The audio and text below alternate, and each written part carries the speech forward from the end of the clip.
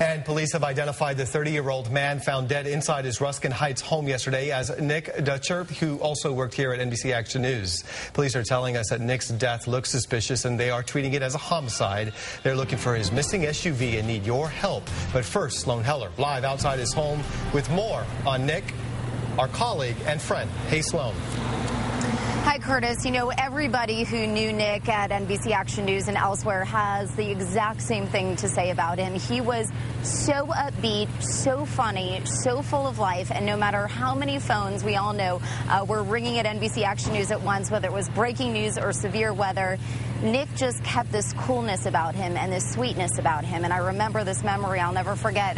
Of course, his home behind me, he opened it up to us at 4 o'clock in the morning so we could do our morning show. And he was awake, baking cookies. I mean, that's the kind of guy that Nick was. And, you know, Nick got into journalism because he loved weather. That was his passion. Since he was in grade school even, he would call his friends and family. I talked to some of his oldest childhood friends who said he would call when severe weather was hitting and he would warn them.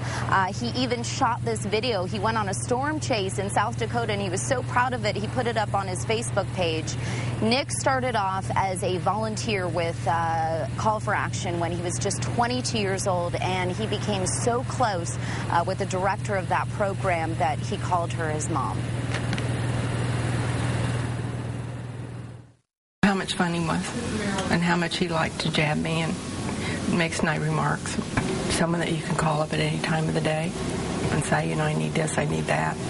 He always, when he came over for whatever occasion, brought a little gift. And Nick was just 30 years old. We know that he had plans to go back to school to get his degree in broadcast journalism. Again, he had this passion for wanting to be a meteorologist. His other passion, many of us know, he had 2 dogs that he just loved so much. He treated them like children, and that was Nick. Just an incredibly passionate, upbeat, amazing energy, and he will be missed.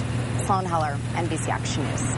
Alrighty, Sloan, thanks. And again, officials need help locating Nick's gray 2009 Ford Escape. The vehicle's license plate is WA4D5R from Missouri.